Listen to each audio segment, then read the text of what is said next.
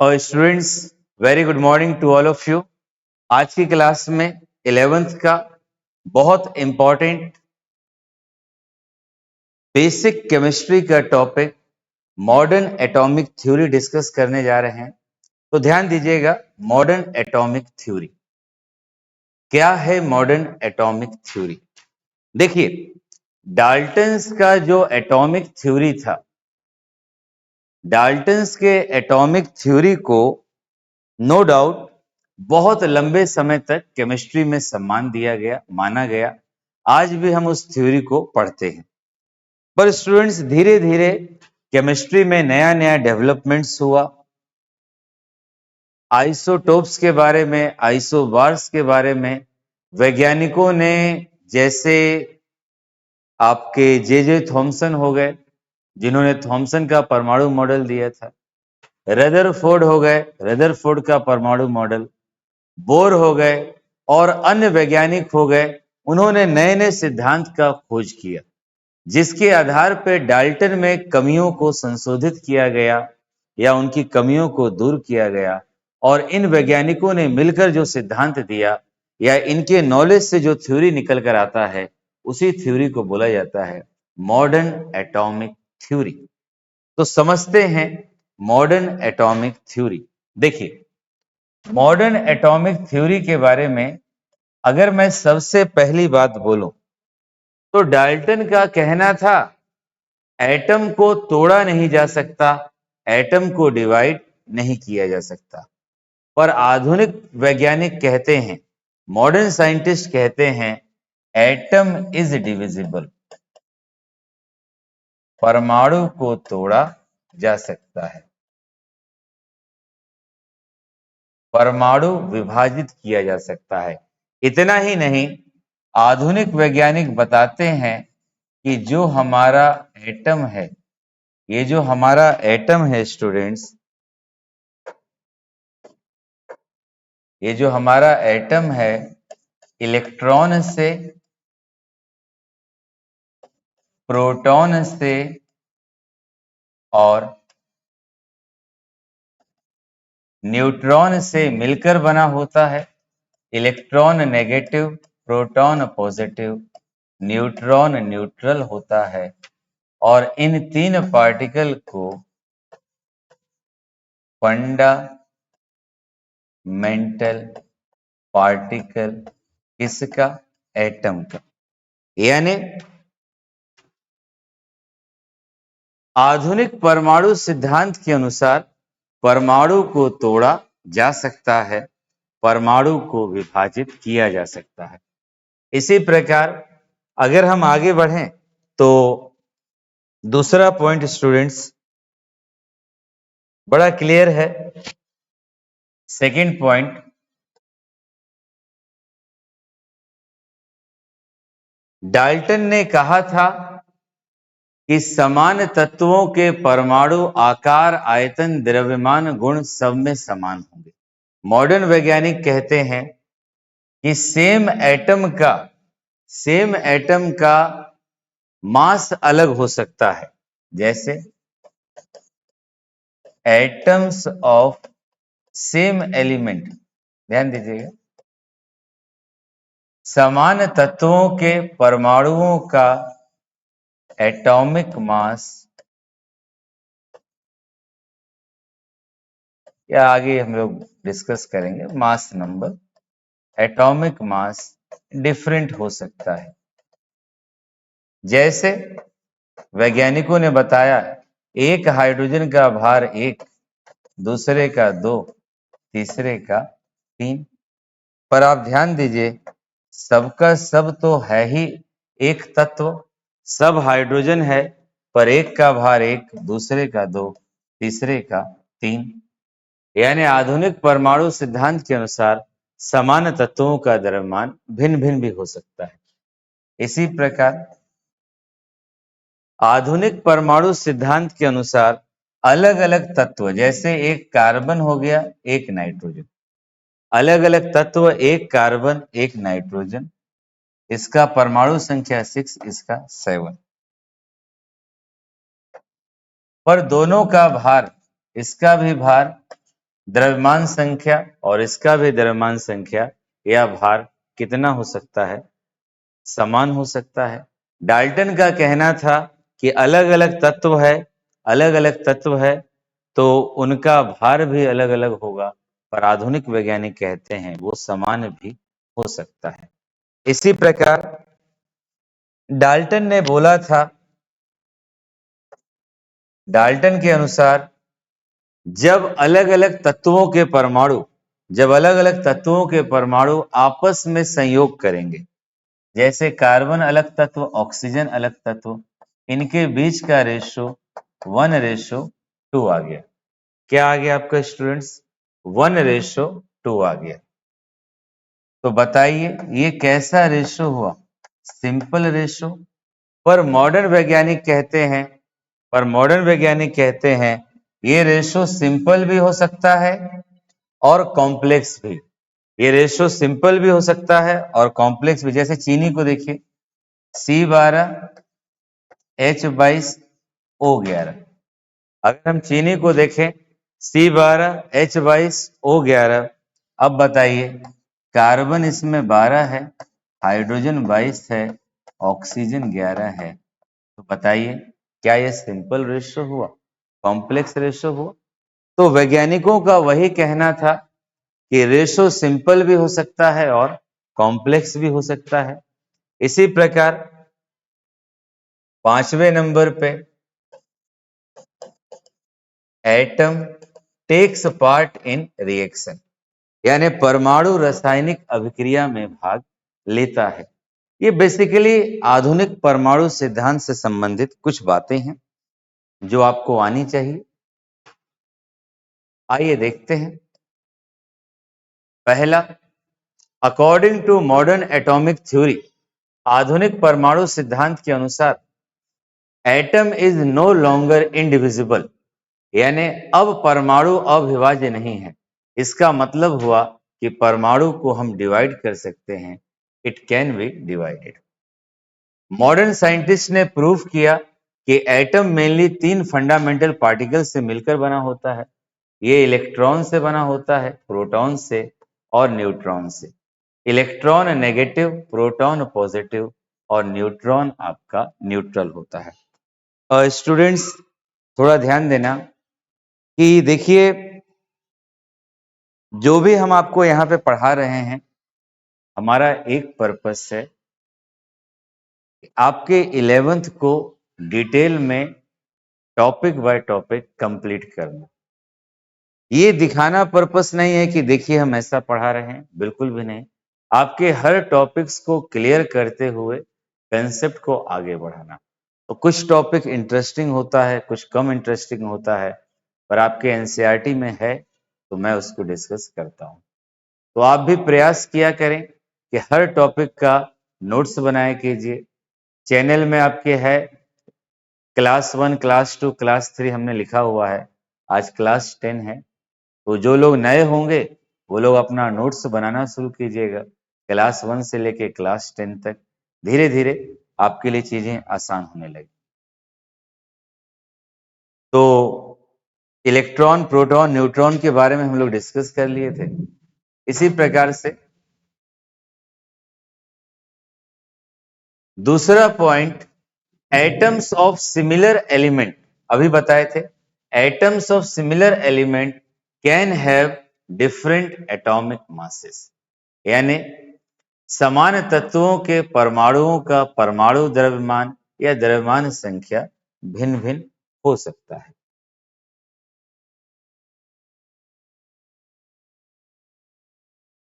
तो जैसे आप देखिए, अगर हम लोग बात करें द्रव्यमान संख्या भिन्न भिन्न होने का, तो देखिए यहां पे मैं कुछ एग्जाम्पल ले लेता हूं, आपको क्लियर हो जाएगा। जैसे मैंने लिया हाइड्रोजन, एक हाइड्रोजन, दूसरा हाइड्रोजन, तीसरा हाइड्रोजन, सबका सब हाइड्रोजन है, पर आप यहां पे देखिए सबका एटॉमिक नंबर कितना है? 1 है। पर अगर हम इसका पर अगर हम इसका देखें आपका मास कितना हुआ? 1, इसका 2, इसका 3। इसी प्रकार अगर हम कार्बन लिख दें स्टूडेंट्स, कार्बन कार्बन कार्बन 6 6 6, 12 13 14।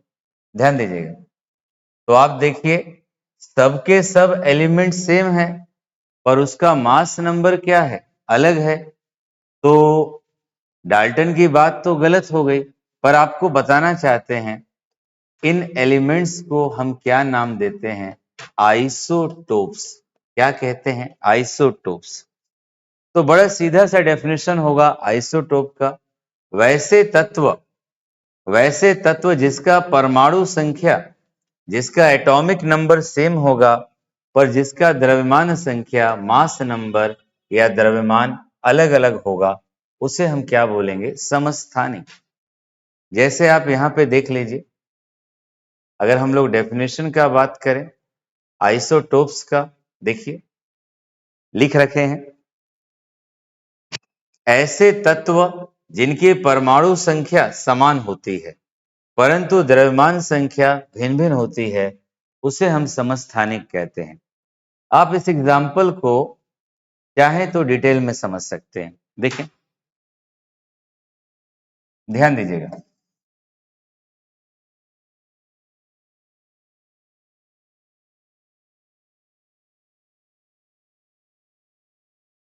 यहां हमने लिखा, बोर्ड पे ध्यान देना स्टूडेंट, कार्बन कार्बन कार्बन सबका एटॉमिक नंबर कितना होगा? 6, यानी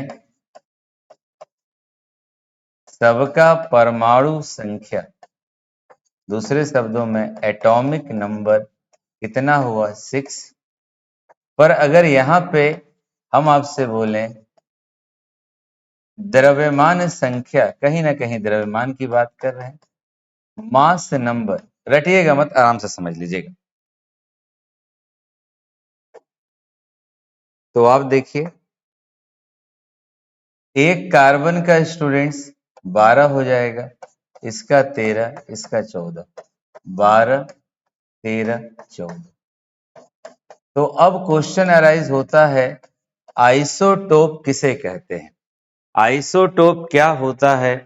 वैसे तत्व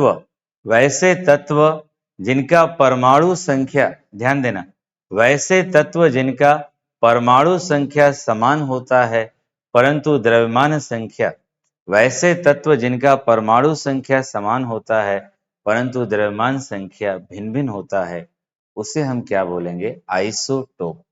बड़ा सीधा सा जवाब, एटॉमिक नंबर सेम होना चाहिए, मास नंबर अलग होना चाहिए, तो आइसोटोप होगा। आप और एग्जाम्पल देख लीजिए आइसोटोप का। जैसे अगर हम यहां पे लिखें एटॉमिक नंबर यानी परमाणु संख्या, और यहां द्रव्यमान यानी मास नंबर का बात करें, और यहां पे आइसोटोप का बात करें, तो सबसे पहला एग्जाम्पल ही आप देख लीजिए, हाइड्रोजन हाइड्रोजन हाइड्रोजन सबका एटॉमिक नंबर कितना होगा? 1, पर एक हाइड्रोजन का भार 1, दूसरे का 2, तीसरे का 3, 1 2 3। आप जो देखो उसको शब्दों में बदल दो। वैसे तत्व जिसका एटॉमिक नंबर सेम है पर मास नंबर अलग अलग है, उसी को हम क्या बोलेंगे? आइसोटोप। ये आगे भी हम लोगों को पढ़ना है स्टूडेंट्स, सेकेंड चैप्टर में जब आपको हम पढ़ाएंगे एटॉमिक स्ट्रक्चर, पर बीच में आया थोड़ा सा डिस्कस कर दिए कि आप,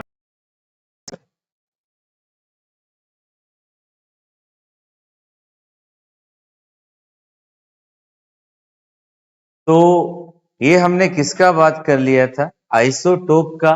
उम्मीद है डेफिनेशन भी बोर्ड पे लिखा था, क्लियर हो गया होगा। स्टूडेंट्स बार बार कहते हैं आप लोग नोट्स जरूर बनाइए। तो बात करते हैं तीसरा पॉइंट, आपको बताए थे MAT मॉडर्न एटॉमिक थ्योरी है, आधुनिक परमाणु सिद्धांत। आधुनिक परमाणु सिद्धांत के अनुसार, आधुनिक परमाणु सिद्धांत के अनुसार भिन्न तत्वों के परमाणुओं में भी समान परमाणु द्रव्यमान, यानी अलग अलग तत्व होगा तो उसका परमाणु द्रव्यमान भी समान हो सकता है।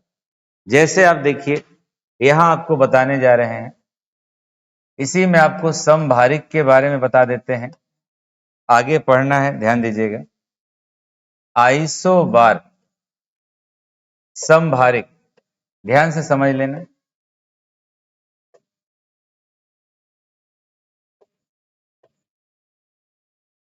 यहां परमाणु संख्या, स्टूडेंट 10 से 15 मिनट तो आपको देना ही पड़ेगा ना, तभी साइंस आएगा। बैच में सब में पूरा क्लास निकल जाता है। Atomic number, mass number. Carbon को देखिए, नाइट्रोजन को देखिए। एटॉमिक नंबर 6, यहां 7।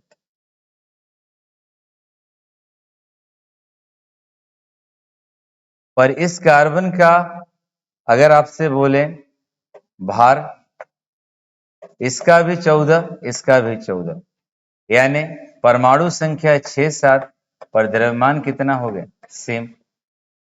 तो अलग अलग तत्व है पर उसका भार तो सेम हो गया ना, तो इसे बोलते हैं समभारिक। सम का मतलब समान, भार समान। वैसे तत्व, ध्यान देना, वैसे तत्व जिसका परमाणु संख्या अलग अलग है, देख लीजिए, एक का 6 हो गया, एक का 7, पर जिनका द्रव्यमान संख्या यानी द्रव्यमान समान है, उसे हम क्या बोलेंगे, आइसोबार समभारिक। यही आपका दूसरा पॉइंट भी था।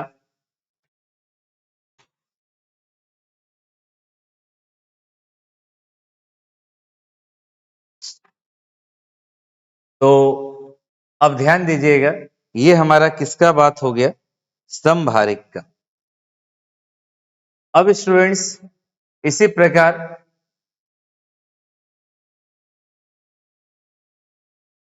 आइसोबार जो अभी आपको बताए, आप चाहें तो एक और एग्जांपल देख सकते हैं। अब आप लोग खुद से डेफिनेशन बना लेना। जैसे मैं लिखा आइसोबार समभारिक, आइसोबार, यहां पे लिख देते हैं परमाणु संख्या, एटॉमिक नंबर, यहां पे लिख देते हैं द्रव्यमान संख्या, मास नंबर, यहां सबके बारे में लिख देते हैं। यहां आर्गन लिख दिया, यहां पोटेशियम लिख दिया, कैल्शियम। एटॉमिक नंबर 18, 19, 20, यानी आप देख सकते हो आर्गन का परमाणु संख्या 18, इसका 19, इसका 20। पर स्टूडेंट्स, अगर हम लोग भार का बात करें, ध्यान दीजिएगा, अगर हम लोग भार का बात करें तो अभी आपको बताए ही थे कि अगर इसके बेसिक में हम लोग बात करें आइसोबार क्या है, तो आप देख लीजिए।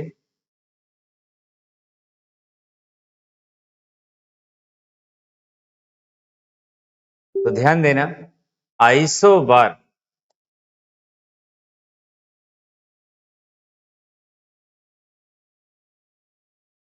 देखिए, डेफिनेशन क्लियर कर देते हैं। अभी आपको बता रहे थे, एक एग्जाम्पल बताए थे, दूसरा एग्जाम्पल देख लीजिए, ध्यान से समझना। आइसोबार, मैंने लिखा आर्गन, मैंने लिखा potassium, calcium. Argon, potassium, calcium अलग अलग तत्व है, तो एटॉमिक नंबर अलग होगा। एटॉमिक नंबर, इसका 18, इसका 19, इसका 20। 18, 19, 20। परमाणु संख्या अलग अलग हो गया। इसका मास नंबर, तो ध्यान दीजिएगा,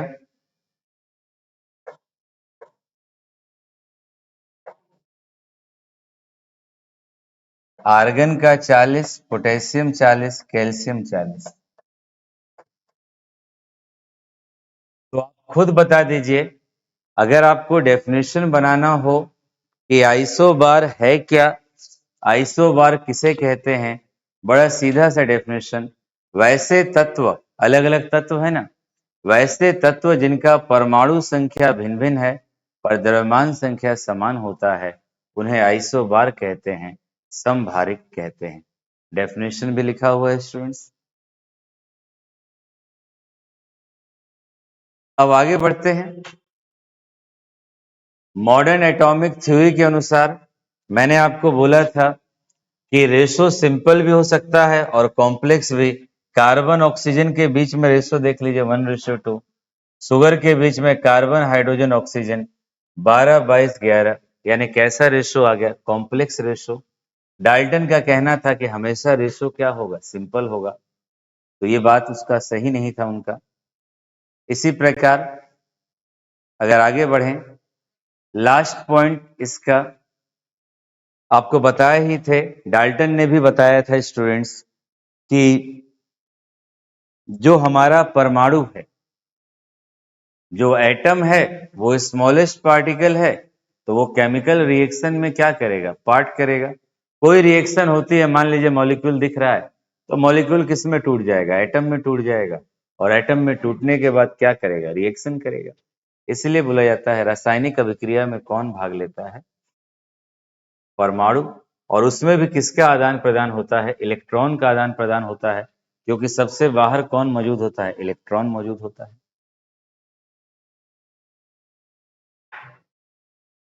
अब स्टूडेंट्स, लास्टली, बहुत बड़ा लेक्चर नहीं था, काफी छोटा लेक्चर था, इंटरेस्टिंग था, आप आराम से समझ सकते थे। शुरुआत में ही हमने बोल दिया, डाल्टन की कमियों को दूर करने वाले जिन जिन वैज्ञानिकों ने मिलकर सिद्धांत दिया, सामूहिक रूप से सबके सिद्धांत को बोला जाता है आधुनिक परमाणु सिद्धांत। बेसिक बात यही है, परमाणु को तोड़ सकते हैं, एटम डिवाइड हो सकता है। दूसरा बात है, सेम एटम का एटॉमिक मास अलग हो सकता है या मास नंबर अलग हो सकता है। अलग अलग एटम का एटॉमिक मास या मास नंबर सेम हो सकता है। कंपाउंड बनाएगा तो जरूरी नहीं है कि सिंपल रेशो हो, उसका रेशो कॉम्प्लेक्स भी हो सकता है। जैसे कार्बन डाइऑक्साइड में 1:2 हुआ, चीनी में C12H/SO11 हो जाता है, कॉम्प्लेक्स।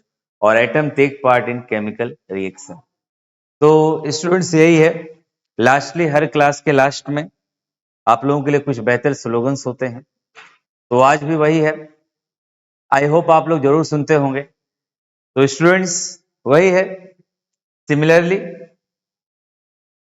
जीवन में अगर हमें कोई छोटा सा भी लक्ष्य प्राप्त करना है, चाहे बड़ा एम हो चाहे छोटा एम हो, अगर कोई भी कार्य हमें प्राप्त करना है तो हमें मन से क्या करना होगा? संघर्ष करना होगा।